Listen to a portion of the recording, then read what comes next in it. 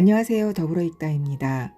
오늘은 양기자 작가님의 소설 모순 가운데 슬픈 일몰의 아버지 편을 읽어드리려고 합니다. 이제 아버지를 말할 차례다. 아버지를 말하는 일은 나에겐 언제나 어려운 일이었다. 어머니는 물론이고 아버지를 알고 있는 많은 사람들이 그렇게 단칼에 아버지를 해석해버리는 것이 나에겐 늘 의문이었다. 아버지는 단순한 사람이 아니었다. 아마 아버지 스스로도 사람들이 자신을 그런 식으로 쉽게 판단하고 생각을 그쳐버리는 것을 못마땅하게 여겼을 것이다. 나라도 그랬을 것이다. 아무에게나 간단히 설명될 수 있는 사람으로 여겨지는 것은 누구에게나 치욕이었다. 특히 아버지처럼 하지 않아도 좋을 생각까지 하느라 인생살이가 고달팠던 사람에게는 두말할 나위도 없는 일이었다. 그럼에도 불구하고 내가 알고 있는 한 아버지는 타인에 의해 한 번도 정확히 읽혀지지 않은 텍스트였다. 그것은 아버지에 대한 모독이었고 또한 아버지의 불행이었다. 그렇다면 이렇게 말할 수도 있겠다. 아버지는 치욕에 예민했고 자신에 대한 모독을 가장 못 견뎌 하는 사람이었다고. 이 진술만큼은 오류가 없을 것이라고 나는 확신한다. 여기까지는 진실이다라고 나 스스로를 격려하고 나면 아버지에 대해서 조금은 말할 수 있을 것 같다. 누구는 술꾼이라 불렀고 누구는 또 건달이라고 칭하였으며 혹자는 가끔 성격 파탄자로 규정하였던 아버지에 대해, 그리고 지금은 주민등록 등본에 행방불명으로 기록되어 있는 아버지에 대해. 아버지는 술꾼 맞았다. 나와 진모에게서 공통적으로 발견되는 아버지의 유전자만 분석해도 그것은 명백한 사실이었다. 진모가 자주 하는 표현대로 그 애는 소주 너댓병을 마셔도 심장 박동수에 전혀 변화가 없는 천부적인 술꾼이었다. 나 안진진을 그런 식으로 말하자면 소주 너댓병을 마셔도 심장만 조금 빨딱거리는 여자로서는 거의 희귀한 술꾼이라고나 할까? 우리 남매가 이처럼 희대의 술꾼으로 발전할 수 있는 소양을 풍부하게 지니고 있으면서도 그렇게 되지 않고 있는 것은 모두 다 아버지가 남긴 교훈 때문이었다. 아버지가 보여준 술꾼의 생애는 감당할 수 없을 만큼 거칠고 척박했다. 우리는 결코 그렇게 살고 싶지 않았다. 어머니에 의하면 아버지의 술은 결혼 직후부터 재앙을 예고하는 숨은 불씨였다고 했다. 아버지의 끔찍한 술주정을 처음 본 것이 결혼 후 처음 맞는 아버지의 생일날이었다고 하니 그것은 신혼살림을 차린 후 불과 2달 만의 일이었다. 어머니와 아버지는 만우절날 결혼했고 아버지는 양력 6월 출생이었으니 이 계산은 정확한 것이었다. 그날 어머니는 2팀의 손님을 치르고 있었다. 안방에는 아버지의 회사 동료들이, 건넌방에는 아버지의 친구들이 모여 있었다. 아버지는 2방을 들락거리며 아주 많은 술을 마셨다.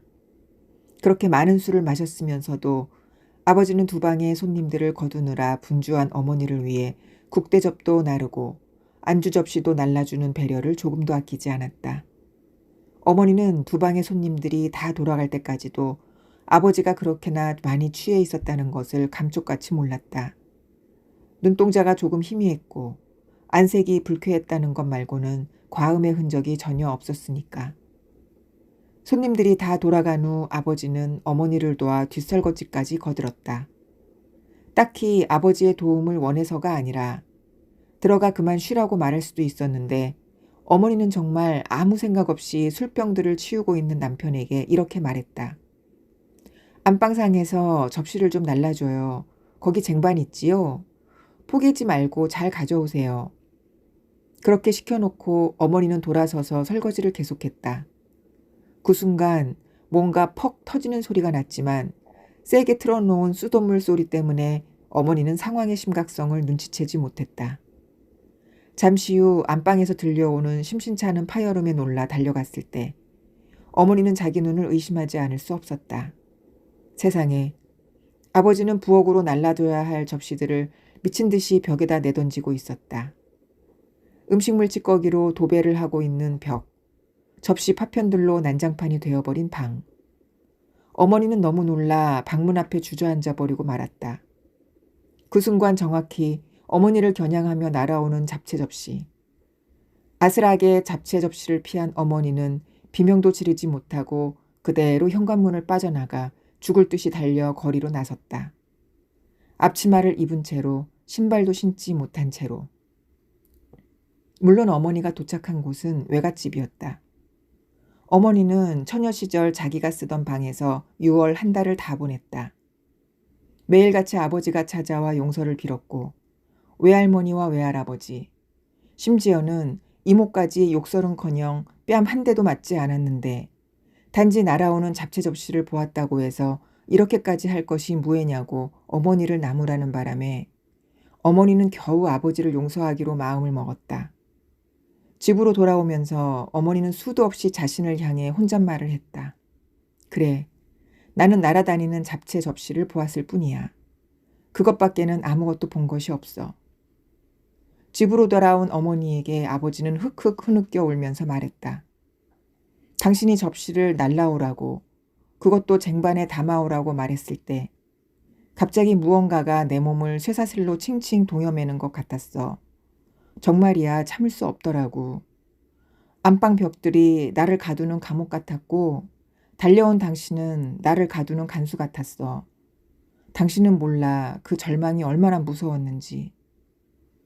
자신의 미래가 어떻게 형크러질 것인지 감히 짐작조차 못하고 있었던 어머니는 흐느껴 울며 회개하는 남편이 가여워서 이렇게 위로했다. 당신도 참 앞치마 두르고 설치는 간수도 있어요. 그때까지만 해도 어머니는 이모와 닮은 데가 많았던 모양이었다. 그런 대사는 전형적인 이모의 것이었으니까. 그때 아버지가 앞치마 두른 간수에 휘둘리는 삶에 자신이 얼마나 많은 공포를 가지고 있는지 어머니에게 정확히 말해주지 않은 것은 돌이킬 수 없는 아버지의 실수였다. 만약 그랬다면 과히 미나지 않은 어머니는 아주 쉽게 그 결혼을 포기할 수 있었을 터였다. 그때는 나라는 생명도 존재하지 않았을 때니까 더욱 쉽게. 끝내 그 말을 숨기고 있었던 아버지는 술에 취하지 않았을 때는 부드럽고 생각이 깊은 사람으로, 술에 취하면 실패한 탈옥수의 저항을 유감없이 보여주며 사는 길을 선택했다. 아버지는 그의 6월 이후로 거침없이 접시를 날렸고 나중에는 텔레비전같이 무거운 것도 날아다니게 만들었다. 그러다 술이 깨면 새 접시를 사기 위해 어머니를 달래서 백화점으로 달려갔으며 박살이 난 19인치 텔레비전 대신 다시는 날아다닐 수 없는 묵직한 대형 텔레비전을 들여놓았다. 들지는 못하지만 브라운관을 깨버리는 방법도 있다는 것을 모르지 않았을 아버지면서, 그리고 아버지는 몇 달 후 베란다의 화분으로 새 텔레비전의 브라운관을 깨뜨렸었다. 술꾼이었던 아버지가 다음 단계로 건달이 되는 것은 아주 당연한 수순이었다. 자의반 타의반으로 회사를 그만두게 되어 완벽한 건달의 조건을 갖추었을 때 나는 5살, 진모는 3살이었다. 어린 자식들과 세상 물정 모르는 젊은 마누라가 불쌍하다는 이유로 실직 초기에는 아버지의 재기를 돕기 위해서 그럴 만한 친구와 일가 친척들이 모두 동원되었다. 건달들이 흔히 그러하듯이 아버지는 동원된 친지들의 호의를 단 몇 년 사이에 분노와 배신으로 바꾸어 놓고 말았다. 잡아준 직장 때려치우기, 빌려준 돈은 술과 도박으로 탕진하기, 걸핏하면 술 냄새 풍기며 찾아와 푼돈 요구하기, 안 주면 깽판치기. 더 이상 누구의 도움도 불가능하다는 것을 깨달은 어머니가 시장에 좌판을 벌이고 양말을 팔기 시작하면서 아버지의 건달 생활은 아주 안정적으로 무르익어 갔다. 내 기억으로 비록 푼돈이긴 하지만 마음 놓고 강탈할 수 있는 돈줄이 생긴 것을 아버지는 아주 행복하게 여기는 듯 했다. 어머니가 심혈을 기울여 베개 속이나 찬장의 양념단지 안에 숨겨둔 돈을 각고의 노력 끝에 찾아냈을 때 기뻐 날뛰던 아버지의 모습을 지금도 나는 선명하게 기억하고 있다. 하긴 어린 나도 돈이 나타나는 그 순간만은 아버지 못지않게 환호작약하며 함께 기뻐했으니 우리 부녀는 다 같이 천진난만했다고나 할까? 아버지는 노획물을 혼자 차지하고 시침이 떼는 나쁜 사람이 아니었다. 반드시 어린 딸에게 일정 부분을 나누어 주는 신사도가 있었다. 내 손에 돈을 쥐어주며 아버지가 했던 말들은 또 얼마나 신비로웠던가. 안진진, 우린 지금 비밀을 나눈 거야. 너 반쪽, 나 반쪽. 아주 많은 시간이 흐른 후에 내 것과 내 것을 서로 맞춰봐야 하니까 잘 간직해야 돼. 두 개가 딱 맞아야 우리는 서로를 알아볼 수 있어. 안 맞으면 우리는 영원히 아빠와 딸 사이인지 모르고 슬프게 사는 거야. 그럼 이 돈을 반쪽으로 찢어야 하는 거예요? 나는 종이돈을 흔들며 그렇게 물었다. 아니야. 돈은 찢는 게 아니라 쓰는 거야. 그건 네 마음대로 쓰면 돼. 그럼 뭘로 맞춰봐요? 여기 있잖아. 언제나 잊어버리지 않고 지니고 있는 것. 바로 이 손. 아버지는 자기 손과 내 손을 활짝 펴게 해서 서로의 손바닥을 맞닿게 했다. 8살 어린 계집애의 작은 손과 38살 아버지의 큰 손은 잘 맞춰지지 않았다. 아버지는 말했다. 지금은 안 맞지만, 안 맞아서 슬프지만 나중에는 자로 잰 듯이 딱 맞는 날이 꼭 올 거야. 알았지? 그때까지 반쪽의 비밀을 잘 간직하는 안진진이 될 거지? 이미 아버지의 말에 홀려버린 나는 열심히 고개를 끄덕였었다. 그리고 나는 지금까지 누구에게도 아버지와 내가 반쪽씩의 비밀을 나누어 가졌으며 훗날 그 비밀을 맞춰보기로 약속했다는 말을 해본 적이 없었다. 그러나 아버지가 나누어 준 돈은 콩나물 값에 보태거나 진모의 사탕값을 대주거나 해서 어떤 식으로든 어머니에게 돌려줄 수 있도록 애를 썼다.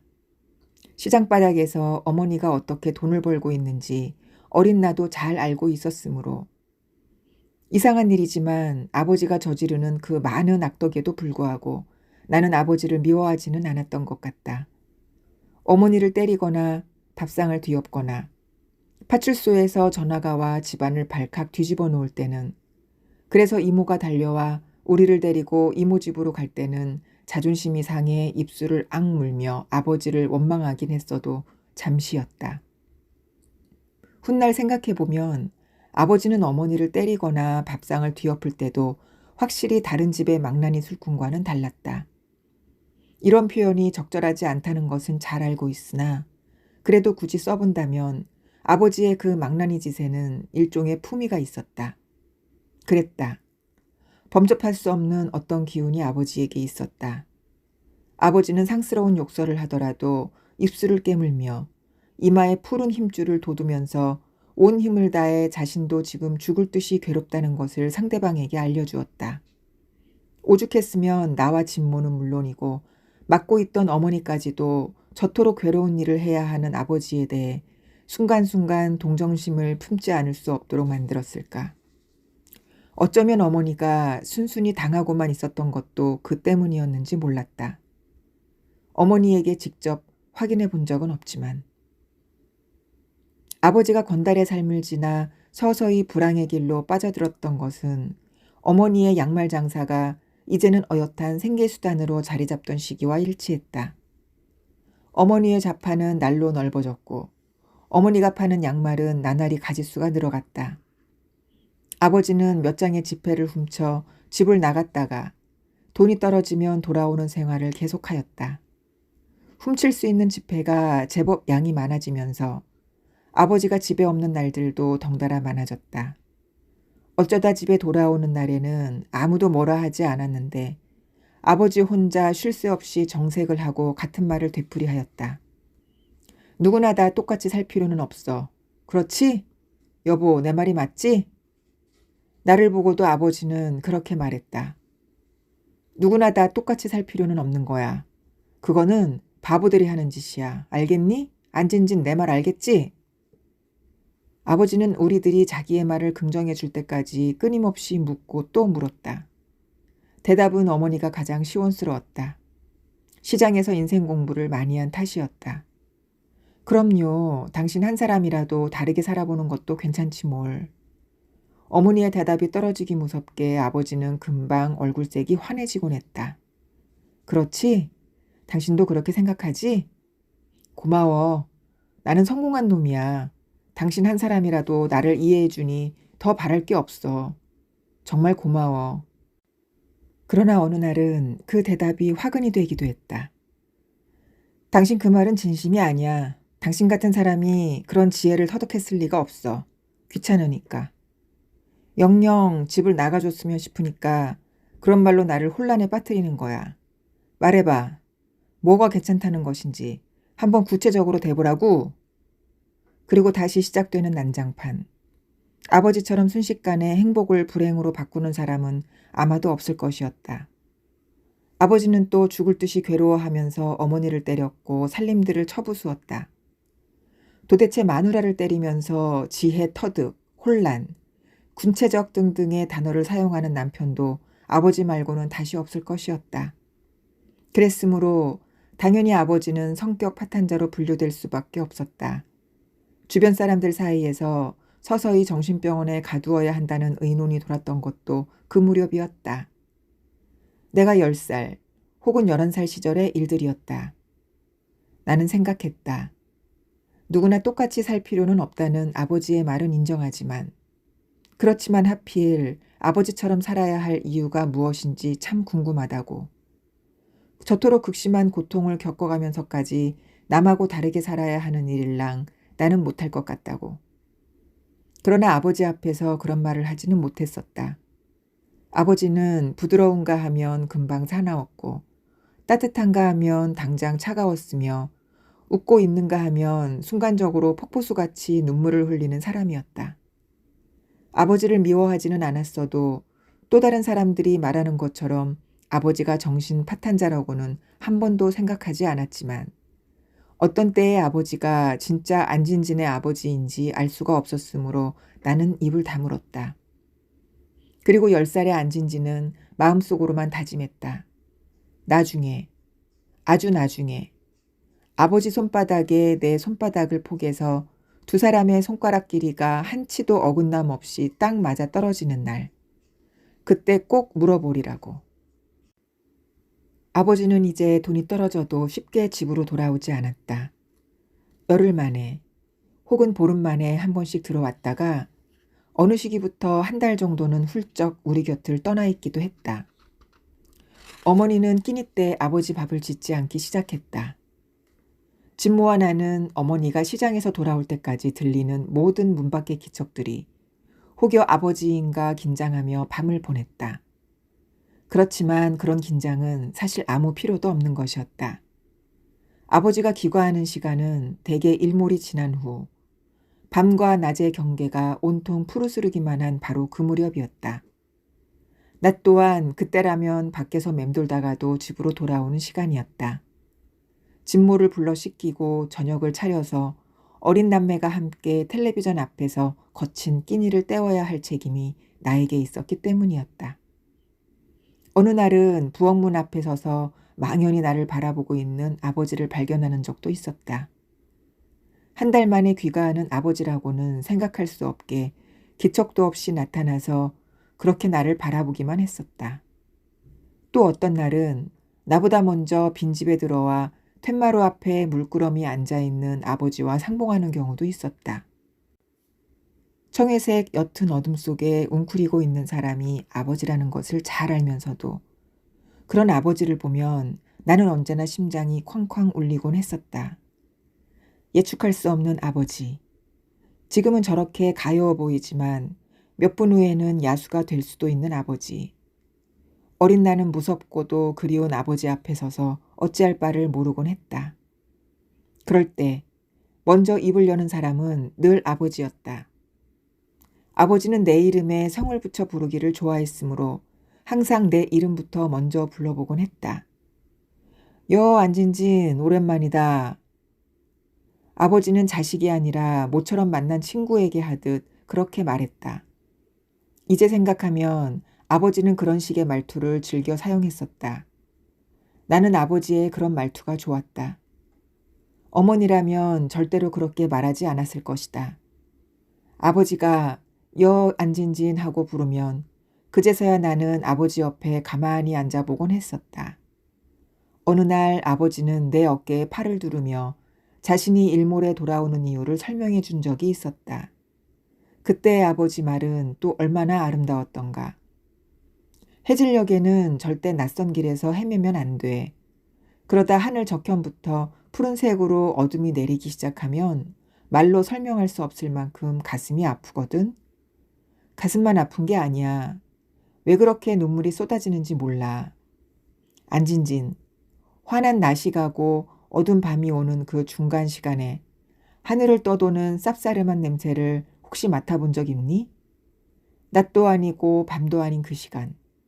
주위는 푸른 어둠에 물들고 쌉싸름한 집 냄새는 어디선가 풍겨오고 그러면 그만큼 견딜 수 없을 만큼 돌아오고 싶어지거든. 거기가 어디든 달리고 달려서 마구 돌아오고 싶어지거든.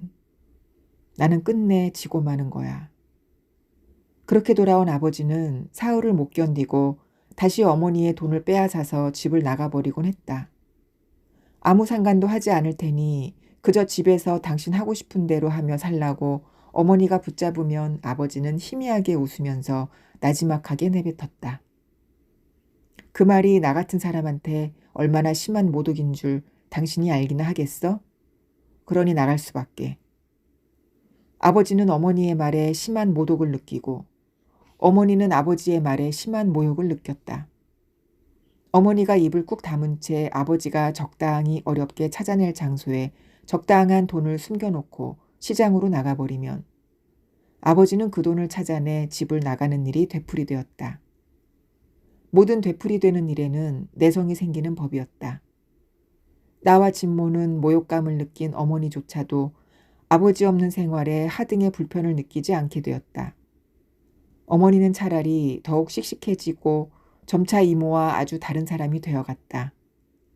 아버지는 아버지라고 다를 까닭이 없었다.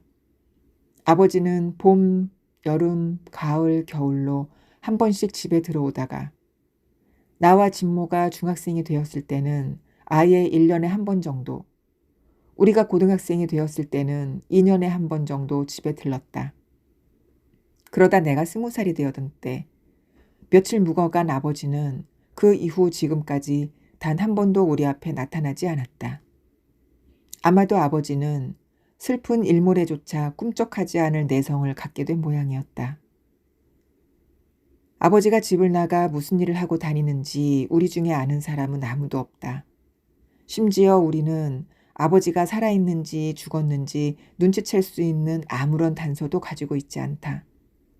우리는 다만 행방불명되기 직전에 아버지가 상당히 건강했다는 것과 불황의 생활도 20여 년을 계속하다 보면 한 목숨 지탱할 만한 도를 터득할 수 있다는 논리에 근거해서 아버지의 행불이 삶의 다른 형태라고만 이해하고 있을 뿐이었다. 아버지는 살아있다. 어머니와 진모가 어떻게 생각하고 있는지는 알 수 없지만 나는 한 번도 아버지의 죽음을 떠올려 본 적이 없었다. 낯선 길에서 슬픈 일몰을 맞더라도 집에 돌아오지 않고 견딜 수 있을 만큼 강해진 아버지였다. 그리고 나는 알고 있었다.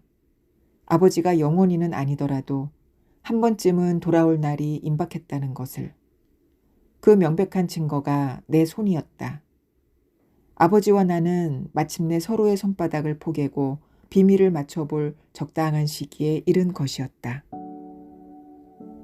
오늘도 함께해 주셔서 감사합니다. 편안하고 좋은 시간 되세요.